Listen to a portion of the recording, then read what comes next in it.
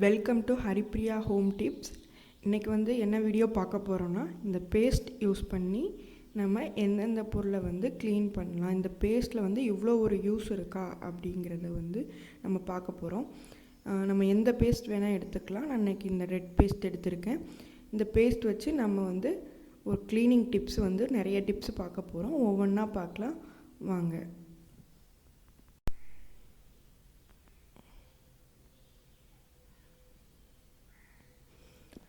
First tip என்னென்னு பார்த்தீங்கன்னா, இந்த மாதிரி சில்வர் கிளாஸ் எடுத்துக்கிறேன். இந்த சில்வர் கிளாஸ் பாருங்கள் எவ்வளோ ஒரு அழுக்காக இருக்குதுன்னு.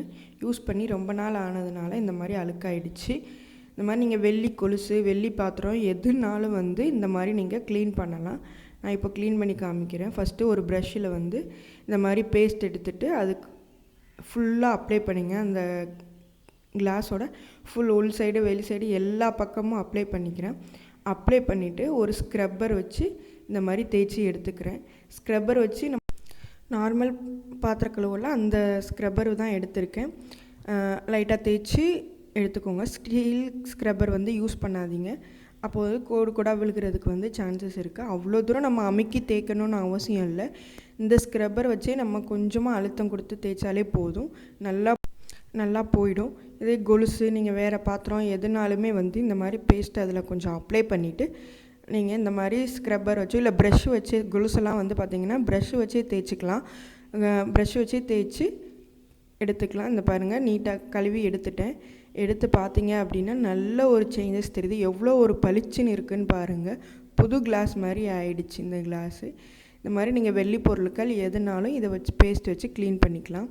வாங்க நெக்ஸ்ட் டிப்ஸ்க்கு போகலாம்.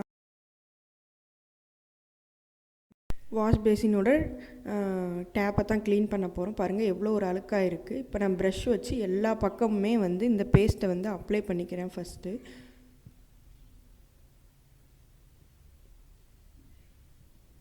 இந்த கேப்பில் உள்ள எல்லா பக்கமுமே வந்து நான் அப்ளை பண்ணிக்கிறேன். என்னோடதில் கீழே பார்த்திங்கன்னா அந்த கீழேயுமே வந்து நல்ல ஒரு அழுக்காக இருந்தது. ஸோ அதையும் சேர்த்து அப்ளை பண்ணிக்கிறேன். இந்த பேஸ்ட்டவே அப்ளை பண்ணிக்கிறேன். ஃபுல்லாக அப்ளை பண்ணணும்.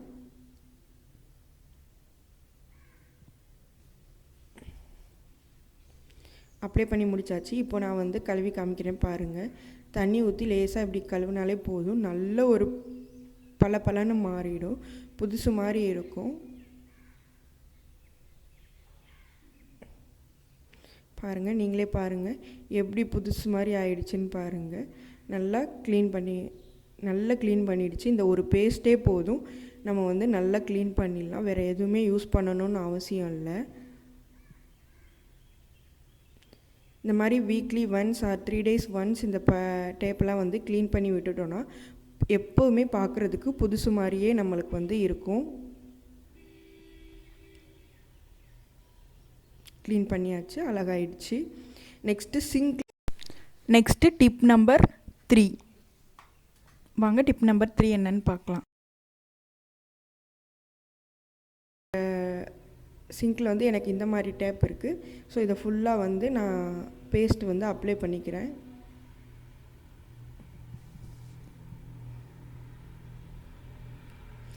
எந்த இடத்துல உங்களுக்கு அழுக்கு நிறைய தெரியுதோ, கருப்பாக இருக்கும், அந்த இடத்துல வந்து கொஞ்சம் பேஸ்ட் வந்து அதிகமாக அப்ளை பண்ணிக்கோங்க.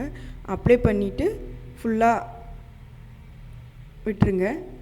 பாருங்கள், கழுவுறேன் எவ்வளோ ஒரு சுத்தமாக ஆகுதுன்னு பாருங்கள். பளிச்சுன்னு ஆகுது. பிளாஸ்டிக் பைப்பாக இருந்தாலும் சரி, சில்வர் டேப்பாக இருந்தாலும் சரி, எதுவாக இருந்தாலும் நம்ம இந்த பேஸ்ட் வச்சு க்ளீன் பண்ணும்போது நல்ல புத்தம் புதுசு போல் வந்து மாறிடுது. பாருங்கள், தண்ணி வச்சு நான் கழுவுறேன். கழுவுனோடனே நல்ல வெள்ளையாக ஆயிடுச்சு.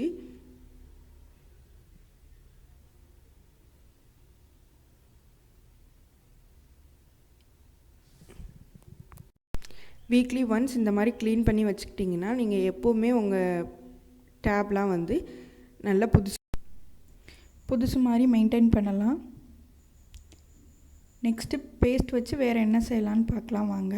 இந்த மாதிரி ஒரு பாக்ஸ் எடுத்திருக்கேன். அதில் வந்து பேஸ்ட் வந்து சேர்த்துட்டு கொஞ்சமாக தண்ணி சேர்த்து இப்போ இந்த பேஸ்ட்டை வந்து நான் வந்து கரைச்சிக்க போகிறேன். ஒரு லிக்விட் கன்சிஸ்டன்சிக்கு கரைச்சி நம்ம அதை வந்து யூஸ் பண்ண போகிறோம். இந்த மாதிரி பேஸ்ட் வச்சு நல்லா அதை வந்து கரைச்சிக்கோங்க.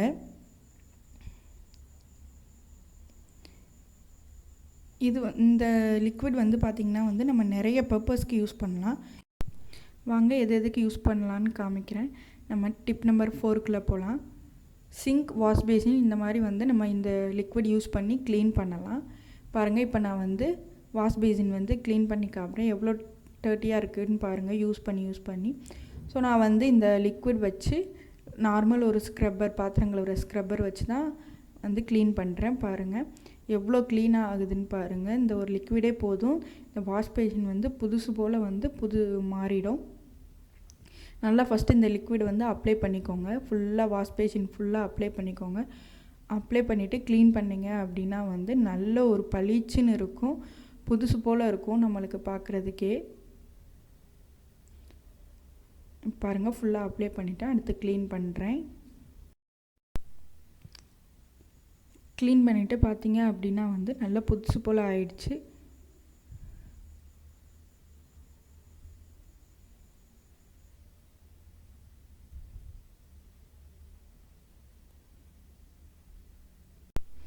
பாருங்கள் வாஷ் பேசினே வந்து நல்ல புதுசு போல் ஆயிடுச்சு.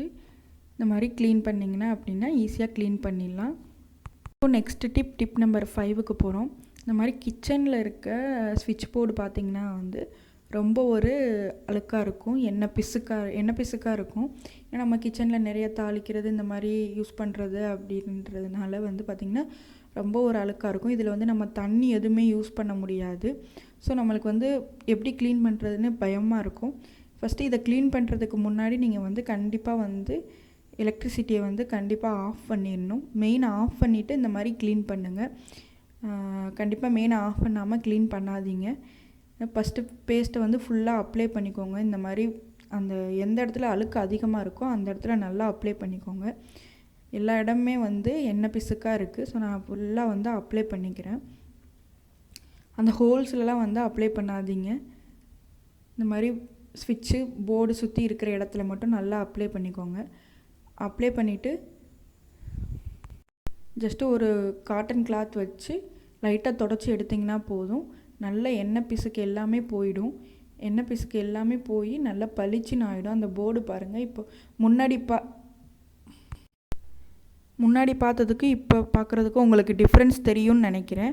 நல்ல ஒரு பளிச்சுன்னு ஆயிடுச்சு. இந்த போர்டே வந்து நல்ல பளிச்சுன்னு ஆயிடுச்சு. இந்த மாதிரி நீங்கள் இதை க்ளீன் பண்ணுறதுக்கு முன்னாடி நீங்கள் கண்டிப்பாக மெயினை ஆஃப் பண்ணிவிட்டு தான் க்ளீன் பண்ணணும். நல்லா புதுசு போல் ஆயிடுச்சு. இந்த டிப்பும் நீங்கள் கண்டிப்பாக ட்ரை பண்ணி பாருங்கள்.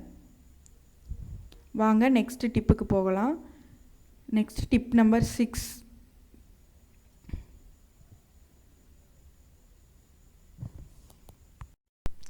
இந்த மாதிரி பூண்டெல்லாம் வந்து நம்ம உரித்தோம் அப்படின்னா வந்து பார்த்திங்கன்னா இஞ்சி பூண்டு பேஸ்ட்டுக்கெலாம் வந்து நம்ம நிறைய வந்து அந்த மாதிரி பூண்டு உரிக்கும்போது பார்த்திங்கன்னா கையெல்லாம் வந்து நல்லா பிசுன்னு ஆகிடும். ஒரு மாதிரி பேடு ஸ்மெல்லுமே இருக்கும் நம்ம கையில். அது இருந்துகிட்டே இருக்கும், அது என்ன பண்ணாலும் போகாது. அந்த டைமில் என்ன பண்ணுங்க, லைட்டாக அந்த மாதிரி பேஸ்ட்டு வந்து எடுத்துகிட்டு கையில் அப்ளை பண்ணிக்கோங்க. அப்ளை பண்ணிவிட்டு அப்போ வாஷ் பண்ணிவிட்டு வந்துட்டிங்க அப்படின்னா வந்து உங்களுக்கு அந்த ஒரு பிசுப்பு தன்மையும் இருக்காது, உங்கள் கையில் வந்து பேட் ஸ்மெல்லும் இருக்காது. கண்டிப்பாக இந்த டிப் ட்ரை பண்ணி பாருங்கள். நெக்ஸ்ட் டிப்புக்கு போகலாம். Next tip number 7. நம்ம கிச்சனில் வேலை செய்யும்போது பார்த்திங்க அப்படின்னா வந்து டக்குன்னு நம்ம குக்கர் இந்த பக்கம் தூக்கி வைக்கிறோம், இல்லை குக்கருக்கு அந்த பக்கம் இருக்கிற பாத்திரத்தை எடுக்கிறோம் அப்படின்னு சொல்லி எடுக்கும்போது குக்கர்னால் நிறைய சுட்டுக்குவோம் கையில். அது வந்து டக்குன்னு வந்து நம்மளுக்கு பொக்கலை மாதிரி எலும்பிடும். அந்த மாதிரி எலும்பாமல் இருக்கிறதுக்கு டக்குன்னு வந்து அந்த மாதிரி சூடு பட்ட உடனே அந்த இடத்துல இந்த மாதிரி பேஸ்ட் வந்து அப்ளை பண்ணிட்டீங்க அப்படின்னா வந்து அது டக்குன்னு சரியாயிடும். இந்த டிப் கண்டிப்பாக யூஸ் ஆகும், நீங்கள் ட்ரை பண்ணி பாருங்கள். சூடு பட்ட உடனே நம்மளுக்கு நல்ல எரிச்சல் இருக்கும், உடனே இந்த மாதிரி பேஸ்ட்டை வந்து நீங்கள் அப்ளை பண்ணி விட்டுருங்க. பேஸ்ட்டை அப்ளை பண்ண உடனே வந்து பார்த்திங்கன்னா உங்களுக்கு எரிச்சல் இருக்கும், பட் வந்து உடனே கொஞ்சம் நேரத்துலேயே வந்து உங்களுக்கு சரியாயிடும். கண்டிப்பாக இந்த மாதிரி ட்ரை பண்ணி பாருங்கள். நெக்ஸ்ட் டிப்புக்கு போகலாம். Tip number 8.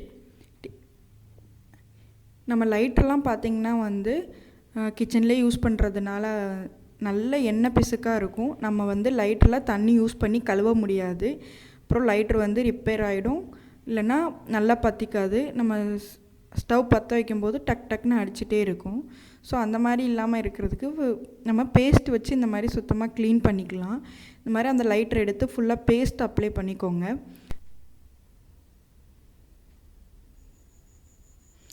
ப்ரஷ் வச்சு எல்லா பக்கமும் நல்லா அப்ளை பண்ணி அந்த ப்ரஷ் வச்சு லைட்டாக தேய்ச்சிங்க அப்படின்னாலே வந்து நல்லா எல்லா பக்கமும் அந்த பிசுபிசுப்பு போயிடும், அழுக்கும் போயிடும். இந்த மாதிரி ஹோல்டர்லாம் கூட வந்து அந்த க்ளீன் ஆகிடும்.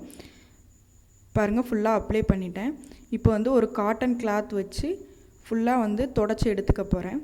எடுத்துட்டிங்க அப்படின்னா வந்து இதில் நம்ம இருக்க அழுக்கு எல்லாம் க்ளீன் பண்ணிட்டோம்.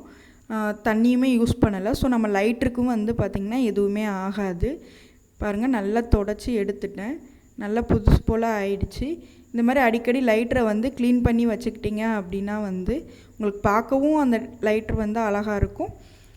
நம்மளுக்கு ஸ்டவ்வில் பற்ற வைக்கும் போதும் வந்து எந்த ஒரு பிரச்சனையும் இல்லாமல் நல்லா யூஸ் ஆகும். பாருங்கள், நல்ல புதுசு போல் ஆயிடுச்சு. கண்டிப்பாக இந்த டிப்பு ட்ரை பண்ணி பாருங்கள். இன்றைக்கி நம்ம இந்த பேஸ்ட் வச்சு நிறைய டிப்ஸ் பார்த்தோம். எல்லா டிப்ஸுமே வந்து கண்டிப்பாக உங்களுக்கு யூஸ்ஃபுல்லாக இருக்கும்னு நினைக்கிறேன். நீங்கள் கண்டிப்பாக உங்கள் வீட்டில் இந்த டிப்ஸ் எல்லாமே ட்ரை பண்ணி பாருங்கள். கண்டிப்பாக யூஸ்ஃபுல்லாக இருக்கும். தேங்க்யூ.